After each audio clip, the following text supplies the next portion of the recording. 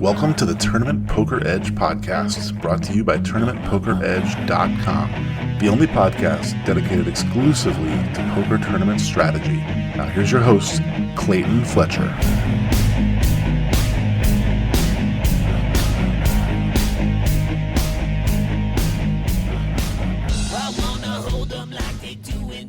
Hello once again, everybody, and welcome to the Tournament Poker Edge podcast. I'm your host, Clayton Fletcher, here in New York City. Starting off by wishing you all a happy new year here from the capital of New Year's Eve. Apparently, New York City, 1 million people come every year to flood the streets right outside where I live. I live on 42nd Street, so I'm kind of in the hood where all of that silliness goes down. I had a great New Year's myself. I got to do 2 shows, one in Manhattan, and then right before the party got out of control in the neighborhood, I had another show on Long Island, which was a lot of fun as well.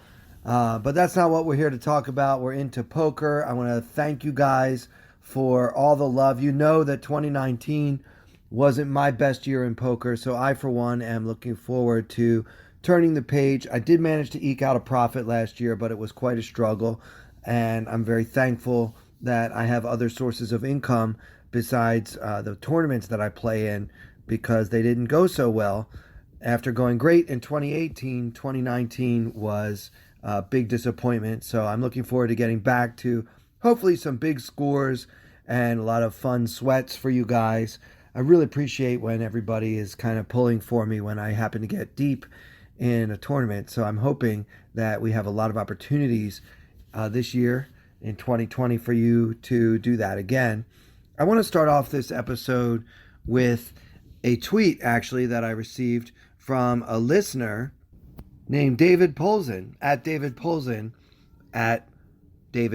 on Twitter. Love the podcast, man. Thanks, David. Appreciate it. And then he goes on to say, keep up the great work. Can you talk a little bit about playing Ace King off with 15 to 20 bigs in the next podcast? Is it a shove every time? Pocket pairs seem to always bust me. Thanks in advance. Yeah, David, thank you so much for listening, and thanks for writing in. You know, it's odd. I've been getting this question a lot lately as I talk to poker players in various settings. It seems like people are starting to wonder whether we should just be trying to get all in with Ace King. So the short answer is probably yes. In most scenarios, the correct play is to try to get all in pre-flop with your Ace King when you have that kind of stack.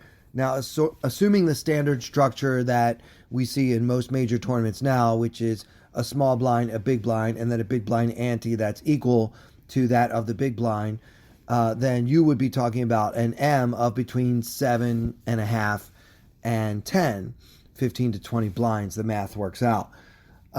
So if that's kind of where you're at in the tournament, I know it is frustrating to go broke with Ace King, feeling like, why did I have to get into a coin flip situation? But let's think about it. In most tournaments, if your M is 7.5 to 10, you're not doing that well anyway, and your chances of actually winning that tournament aren't so good.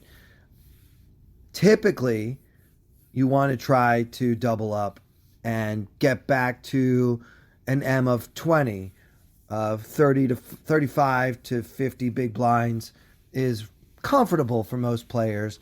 With that kind of stack, you can 3-bet light and fold. You can check raise the flop as a bluff. You just have more tools in your bag, if you will. And so I do think that it's worth it to take a chance. Now, you don't necessarily have to call off all in with Ace King, but I think that shoving, being the last aggressor, and taking whatever fold equity you have, knowing that when you are called, it will likely be by a pocket pair, but will also sometimes be by a worse ace. Depending on your table image, it could be all the way down to ace 8 that you get called by. So that's obviously the dream scenario when I have ace king. I'm trying to get all in versus ace queen or worse. Obviously, many times it doesn't go that way, and you end up taking down the pot, which is also a great result. I mean, if there's been a raise in front of me and I have that type of stack, say I have 16 big blinds and somebody opens to 2.5 blinds, well, now there is a pot of 5 big blinds total, including the blinds, the ante, and now the raise. So for me, shoving 16 big blinds, an M of 8, 3-bet shoving there to possibly, and very often actually, pick up those 5 big blinds, thereby increasing my stack by over 30% without even having to see a flop, is a huge victory. And if you can do that theoretically 3 times, and I say theoretically because you won't do it again as your stack grows bigger, 3-bet shoving becomes less and less correct. But if you could theoretically do that 3 times in a row and get that kind of increase each time, you would double up effectively without ever seeing a flop. And so that's why all of the theory, all of the solvers, and all of the coaches advocate for us playing our ace king so aggressively with this stack size. It's not because we want you to put yourself into coin flip situations when you don't have to. It's actually more because you have to. At some point, you have to take that coin flip. And when your stack is getting into what Dan Harrington calls the orange zone, which is an M of 10, between 5 and 10, that's the time when you need to start taking those chances. That's when you want to take that spot. Of course, you don't want to take a big coin flip if you have 200 big blinds or something crazy like that. But when you're getting that desperate, it's very likely that your stack is well below average. Unless you're in some kind of super turbo, an M of 8 is not going to be an average stack. So you need to get it all in. Also wanted to address how David in his tweet says, it seems like the pocket pairs always get me. I would submit, now I haven't watched every hand you've ever played, obviously, but I would submit that you forgot about a lot of times when you doubled up with your ace kings. Maybe you're on a bad streak right now. The results can really start to affect our thinking. The fact that you've lost tournaments the last 7 times you shoved ace king in the orange zone and ran into pocket pairs and didn't suck out doesn't mean that you shouldn't do that again the 8th time. And let's all try to keep that in mind as you continue working on your game and trying to understand poker. There's something called the theory of independent trials. It's actually not a theory. It's the law of independent trials. And what it means is that just because something that is about 50-50 has happened 7 times in a row doesn't mean that it's about to happen again. For example, if you ever walk through a casino and you see this brilliant roulette, they have like a list of the last 20 spins or so, and you'll see, oh wow, there's been 9 reds in a row, 9 blacks in a row, 9 odd or even, high, low in a row. They put that up there so that you can sort of get a false sense of what's actually going on. The truth is, unless there's something wrong with that wheel, which there probably isn't, those numbers don't mean anything. Random occurrences have no pattern. So if your choices are red or black, 50-50, unless there's something wrong with the wheel, the reds will show up just as often as the black. So it's even money on spin. So whether the last 20,000 in a row have all been black, it doesn't really change the odds of the next spin being red. It's still 50-50. There's something called the gambler's fallacy, which is where we believe in streaks. You see this with other type of like casino gambling games. Like if a player happens to roll 2 11s in a row in craps, many players will suddenly put a lot of money on the 11 because there have been 2 11s in a row. There's nothing, unless there's something wrong with the gambling instruments, in this case the dice, the chances of an 11 coming haven't actually changed. So trying to chase a streak that's actually random is obviously an exercise in futility. So all that to say, still make the correct play even if it hasn't worked out for you.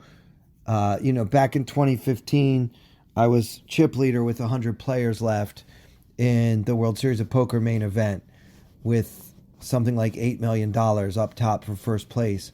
And I had pocket kings twice in a row, famously lost both of those hands, and ended up getting 96th for my first ever top 100 finish, and a very disappointing check for something like $68,000 or whatever it was.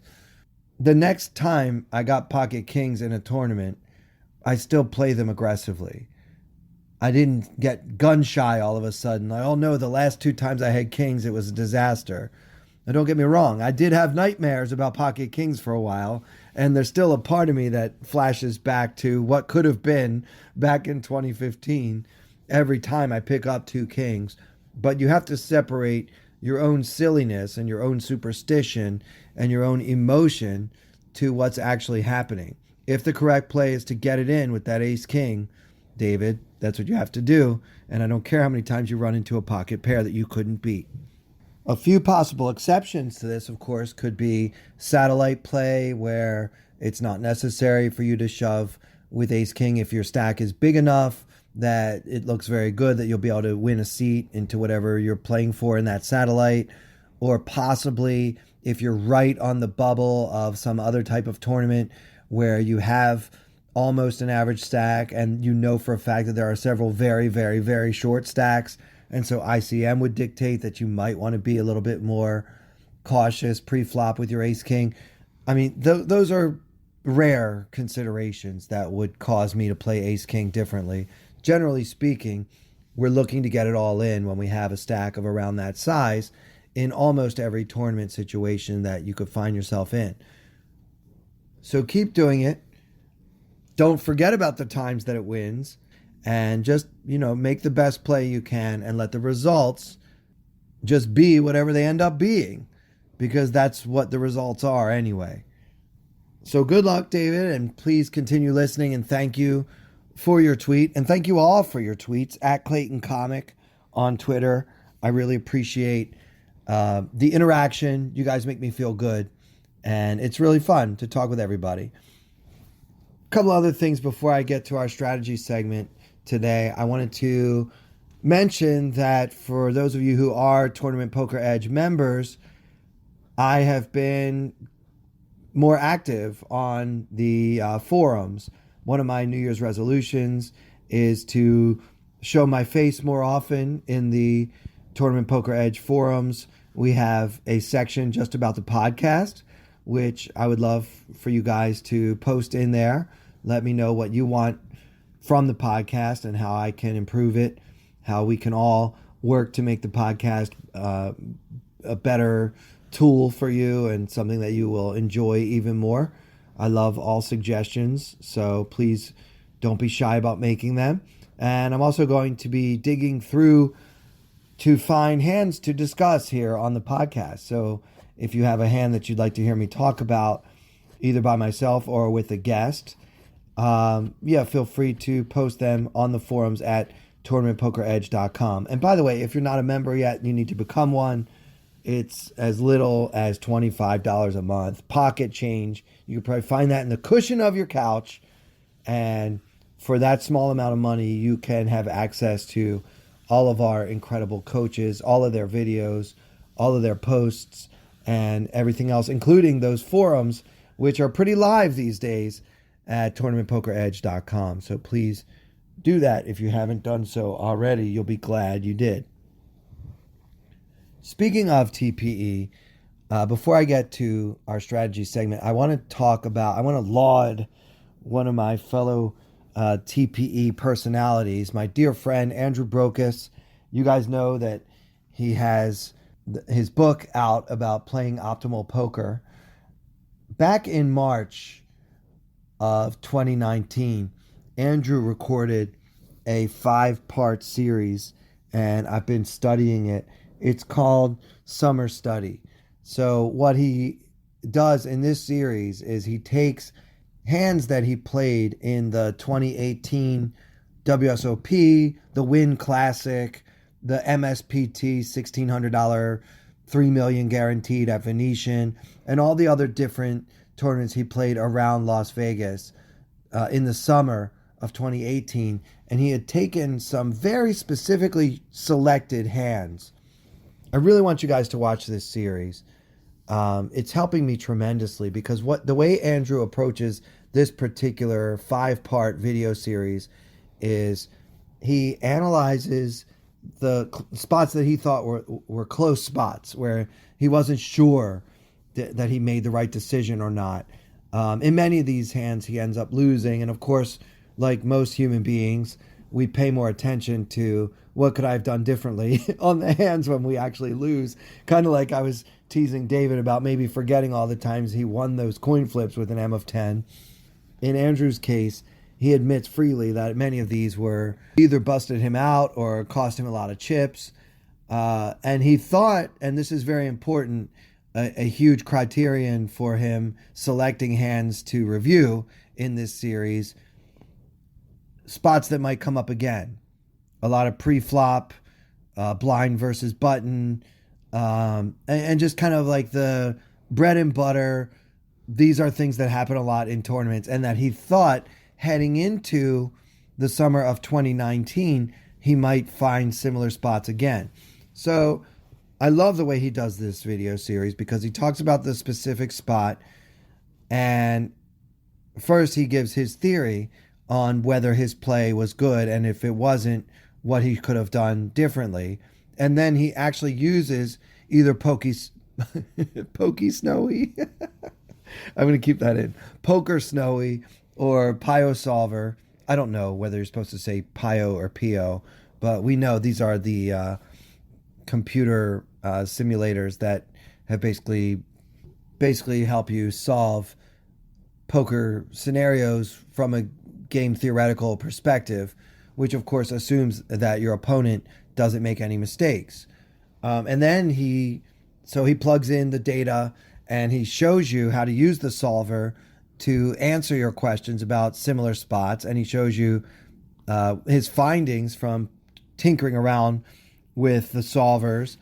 And then he talks about adjusting the output from the solver for exploitative play.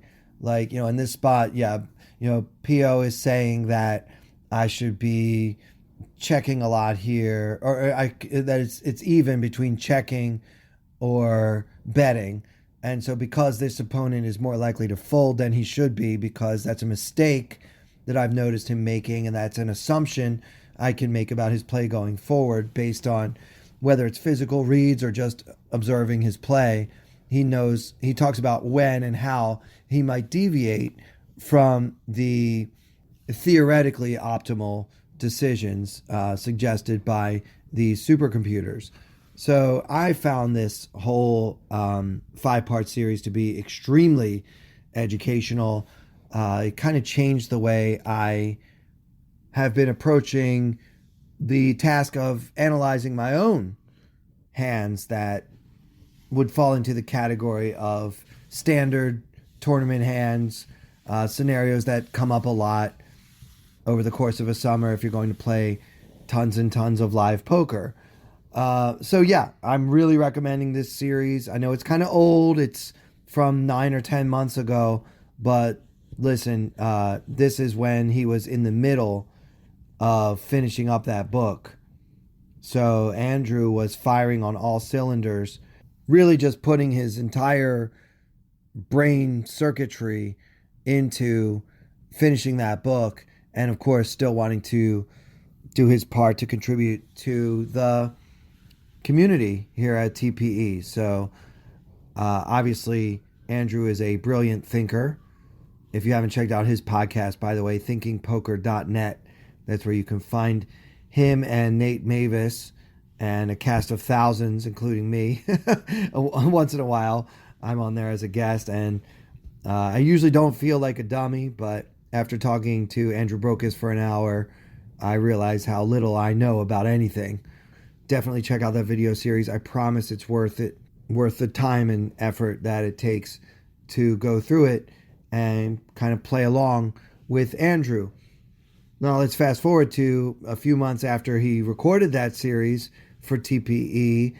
Andrew ended up going really far in the WSOP main. I believe he finished in the top 75.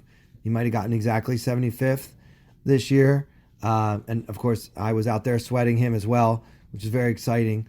So you tell me if it's a pure coincidence that the guy that writes a book spends hours and hours poring over standard tournament decisions that he expects to have occur again and again and again, and really using all of the tools available to try to solve those problems and sharpen his approach to those day-to-day tournament decisions. You tell me if it's a coincidence that that guy happened to have a really deep run in the main event just a few months after putting out that incredible book of his. Okay, so today I want to continue our discussion of the 2019 World Series of Poker main event. This is a very interesting hand from late in day 4. Something like 425 players left in the tournament, and two of them are two of the most decorated luminary poker players in the world. In this hand, we're gonna talk about a hand played between Dario Sammartino and Antonio Esfandiari. And maybe I've never talked about a hand with more vowels in the two players' names, but that's not really the point. Okay, so like I say, late in day 4, blinds are 10,000 and 20,000, with a 20,000 big blind ante. The players, it's a 9-handed table. Dario and Antonio have most of their opponents covered in this hand. They're both sitting on stacks of right around 2 million. Okay, so Dario has 1.938 million and Antonio has 2.118 million, something like that. So let's just say they have about 100 big blinds each, M in the 40 range. So they're both doing great. They certainly have above average stacks for this stage of the tournament. And they are both playing, well, they're playing in very different styles. Antonio's actually been fairly tight, especially for him. Maybe because it's the main event and because he doesn't necessarily want to play a big pot when he's got a few amateur players at his table. This is the same table that I talked about a few weeks ago with this guy, Corper, that keeps winning every hand. We've got action. It folds around to Sammartino in the hijack position, and he's got a legitimate starting hand, pocket fives, the 5 of diamonds and the 5 of spades. And with the big blind of 20,000, he opens to 43,000 with about 2 million behind. I mean, sure, you could say he should open a little bigger. He might want to try to play a little bit more to take it down pre-flop, especially, spoiler alert, Antonio is in the big blind. So you might not want to make it so easy for Antonio to call with so many hands, because even in position, it's hard to beat a world-class player with just pocket fives unless you flop a set. So it might be a spot where I would advocate a slightly bigger open, but as often happens, especially on televised featured table, that just ends up being essentially a standard raise size that everyone just follows regardless of the situation, because they kind of get into a groove of, well, for the next 2 hours we're going to open for 43,000, and everybody just kind of goes along with it. And it gets to a point, believe it or not, where if you actually deviate from that raise size, it starts to look suspicious, which could work in your favor. But if you're just trying to kind of be innocuous and not make a lot of waves at the table, kind of sticking, there is an argument to be made for just sticking with that standard raise size instead of giving them one more thing to think about that you might not want them thinking about. So that's up to you. I tend to vary my raise sizes depending on what I'm trying to accomplish and how likely I think the big blind is to call me, how good of a player he is. I mean, there are a lot of things that go into my decision. I don't like to adhere to a standard raise size. The only way I would make the standard raise in Dario's shoes is if I felt like people were folding too much for that small amount. I mean, you're giving yourself an incredible price to take down a fairly substantial pot of 50,000 chips. Now, it's not that substantial when my M is 40, but certainly the shorter stacks would care a lot more about that 50,000 that's already out there. And if I can win it for 43,000 more often than what is fair, then I probably shouldn't deviate from that size at all. In this spot, Dario makes it 43, and I don't really have a problem with it, but I think it's worth addressing the way we kind of get into a certain groove, especially in the main event, where everybody just kind of follows the leader, whoever that leader tends to be. And at this table, it actually was Dario Sammartino kind of setting the tone for the table. He's been much more active than most of his opponents. So it folds all the way to Antonio in the big blind with the ace of diamonds, queen of clubs. And it would cost him, as I mentioned, just another 23,000 to call. Certainly totally fine to just call with a hand as strong as ace queen. I personally favor a 3-bet here. Obviously, Dario has been extremely active, opening a lot of pots and getting after it a lot. Maybe not as much against me if I'm in the magician's shoes. Antonio tends to command a lot of respect at the table. Everybody knows about his tournament resume. He is literally one of the best live tournament players of all time. So he doesn't really expect anyone to be necessarily trying to take advantage of him. That said, ace queen is a very strong hand, and you could absolutely 3-bet it, and I probably would in this situation. The reasons are, you're usually not going to flop an ace or a queen. Dario is probably going to continuation bet a lot, and although I can certainly check raise him to protect my range, I can obviously call light with just ace high a lot, which will be good a good amount of the time. Just playing out of position against an aggressive opponent is not something I like to sign up for.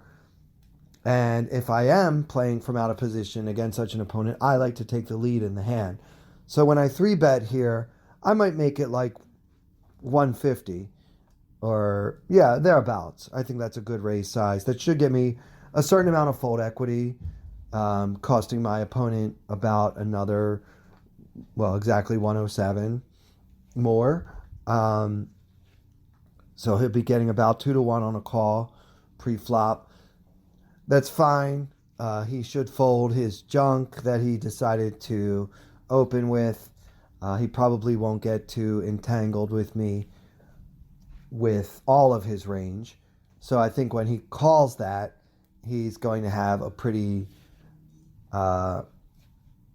well-defined hand of something like ace 10 plus, maybe ace 5 suited plus, and then maybe like a king queen suited in there. King jack suited should probably call. Actually, all the suited broadways, I think all the way down to like jack 10 suited should be calling. Some of the offsuit ones as well. And then, of course, pocket pairs. But the rest of his range will probably be out the window. So that's fine. And also, when he just flats the 3-bet, I now have the lead in the hand, and now I have him on the defensive, which is just kind of my playing style. That's the spot I like to be in. I don't like to be checking and calling too much post-flop. I prefer to be the one doing the betting. So I will probably grab the bull by the horns here and 3-bet. One reason why Antonio may decide to just flat is because he's up against another chip leader who's also a very talented player, and he won't really know how to respond to a 4-bet. So if Dario decides to go full-on Italian style and take this to a pre-flop raising war, I might have some really difficult decisions with ace-queen. I don't really think Dario will be doing that a lot unless he's really got a monster hand like ace-king or, I guess, tens plus.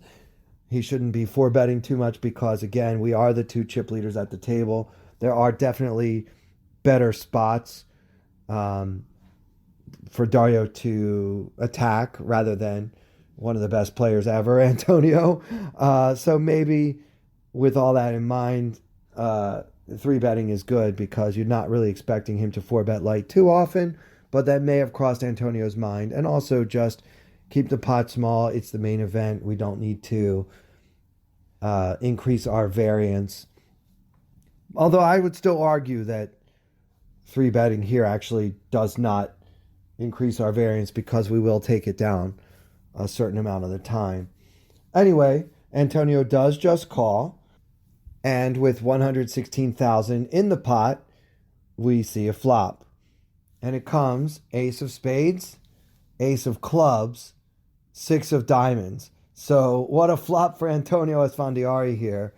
3 aces for Antonio holding ace queen, and Dario, of course, just holding the under pair, pocket fives. Antonio checks, and I think in this spot, Antonio is probably checking his whole range. I don't really think he needs to lead into Dario much on an ace-6 flop, and then probably most solvers would even suggest very little or no donk leading here. He does check, and Dario makes a tiny minimum bet of 20,000 into the pot of 116.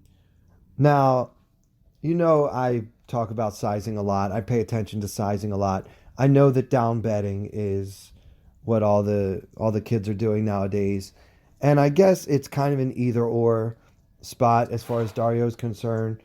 Like, if my fives are good, I'll probably take it down for 20,000, and if they're not, I'm going to hear about it right away. So that's probably what he's thinking when he puts out this 20,000. But then Antonio, again holding 3 aces, raises to 66,000. And I would have thought, and I remember when I was first watching this hand, I would think that Dario got his answer and should probably fold. However, you can't be too exploitable. If you want to make this small bet, you have to do it sometimes with a very strong hand and then call the check raise. And sometimes even 3-bet the check raise. That said, I don't really know why pocket fives needs to be in the calling range, but for some reason, Dario calls. I don't know what he can beat other than a pure bluff. I mean, I suppose if Antonio has a 0 equity hand like 9-7 of, let's see what suits there were on the flop here. Yes, there were no hearts on the flop. So if Antonio has 9-7 of hearts, I guess check raising with that as a 0 equity bluff would be okay. Sometimes, just to test Dario, get that 20,000 out of here. I'm going to just bluff at it because you made such a small bet. And we should be check raising tiny flop bets more often than we're check raising larger flop bets. And the reason for that is you're just getting a much better price. I mean, the check raise is actually a reasonable amount for Dario's original bet. 66,000 into 116,000 would have been a perfectly normal bet size. So it's a very small bet, and one that does kind of invite people playing back at you, which may be part of what Dario's thinking, calling 46,000 more. He might say, look, that's Antonio the magician Esfandiari sitting across from me, and he's capable of check raising with air, especially when I only bet 20,000 into 116,000. Therefore, I need to call and see what he does on the turn. I'm the one in position, so let's see if Antonio wants to continue trying to bluff me. And so that could be part of what Dario is thinking in this hand. Anyway, he does call for 46,000 more, and now we have ourselves a large pot with 248,000 tournament chips in the middle. The turn comes the 8 of clubs. So our board is now ace, ace, 6, 8, with 2 clubs backdooring here on the turn. And Antonio, who has check raised the flop, now continues, now that he's finally taken the lead in this hand. He bets 118,000 into 248,000. So Dario, holding an under pair, as I like to call it, because there are now 3 cards above his fives, ace, 6, and now 8 are all higher than pocket fives. He has a decision on whether to continue in this pot. I mean, I think in this spot, it's a very clear fold. I mean, I think he should have folded to the check raise on the flop, but if he didn't want to do that, that's totally fine. At this point, he literally can only beat a bluff.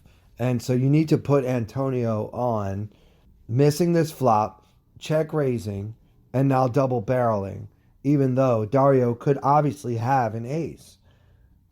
If he'll bet 20,000 with nothing, or he'll bet 20,000 with fives, then he would also bet 20,000 with an ace, theoretically. So Dario can't beat anything except for a hand like 9-7 of hearts, which ironically I used as my random example hand a moment ago and now actually picked up an open-ender. Just a coincidence. I wasn't really thinking that far ahead. I think in this spot, it's a pretty clear fold for Dario. I mean, I guess you can hero call and just say, look, I'm not going to let Antonio bully me. I'm going to hang on for dear life with my pocket fives and hope to dear God that he checks the river. I guess you can do that. I don't think it's profitable to do that. I think that this is a very, very bad call, but it's one that Dario makes anyway. And now we really have a pot. We're all the way up to 484,000 in the middle. So there's like $500,000 in the pot, and the players now have something like 1.4 million left in their stacks. And the river is just a disastrous 5 of hearts for a final board of ace, ace, 6, 8, 5 with no flush possible. All right. In Antonio's shoes, I'm still loving my ace queen. I think that Dario very likely has an ace, but because his range for opening from the hijack position is so wide, it's a lot of aces, and there's only one ace I'm worried about, ace king. I mean, unless, of course, Dario managed to make a full house on the turn with ace 8 or something like that. Like, of course, that's all possible. Ace 5 is possible. Maybe I got severely sucked out on. But in Antonio's shoes, I'm not concerned about this river. This appears to be a good river for me. Although, again, it does complete the 9-7 that I theoretically, hypothetically made up before. That's really neither here nor there. So Antonio, confident that he has the best hand, puts in 233,000 into the pot of 484. And Dario, who has now filled up on this river 5, remember he had pocket fives, just really doesn't think about it much, just calls with the bottom full house. I mean, I guess I understand that. Antonio check raised the flop, bet on the turn, and bet on the river. But I think even still, Dario should at least consider raising, because he can now beat hands like ace queen, ace jack, ace 10, ace 9. We don't really think that there's too much ace king in Antonio's range, because although he did not raise the ace queen pre-flop, I think that he certainly would have 3-bet ace king. It's just too strong of a hand to flat and then play from out of position from the big blind. Although I would argue ace queen is as well. In this spot, I think Dario needs to try to get value from those 3 ace hands. But perhaps Dario is thinking that if he's called, he's beat. So if he raises this river bet, he's worried that Antonio will be able to get away from ace queen, ace jack, ace 10 type of hands. I'm not so sure. Maybe he's right. But one thing I noticed is that he did not think for long. He called within 5 or 6 seconds of Antonio's bet. And Antonio proudly turned over ace queen and fully expected to scoop this $1 million pot, or million chip pot, I should say, and was surprised and, of course, irritated to see that he had been rivered by a player who made a bad call on the flop and a bad call on the turn as well. So, kind of a sick hand for Antonio, and may have gone a long way towards turning the tide in this tournament. I don't want to reveal the way things went from here for those who have not yet watched. But yeah, this was a spot that I found interesting. I thought it shows the danger of down betting on the flop. If you go all the way down to a minimum bet after being the pre-flop raiser, you might get check raised bluffed or check raised by the virtual nuts, and then make a bunch of bad calls because it all started with you betting too little on the flop. I think Dario, knowing that, decided to defend against that check raise bluff possibility and hung on for dear life with his pocket fives until he finally made a full house on the river, and even then couldn't play it aggressively. Let me know what you guys think of this hand. I found it very interesting and fascinating, and one that I've thought about a lot ever since I watched it. Tweet me at Clayton Comic. You can also send an email. I prefer that you just use Twitter, but if you're more of an email type person, or perhaps you're not on Twitter, podcast at ClaytonFletcher.com works. Also, if you are a TPE member, and you very well should be, feel free to visit me in the forums there on tournamentpokeredge.com. So for everyone here at TPE, I'm Clayton Fletcher. Thank you all so much for listening.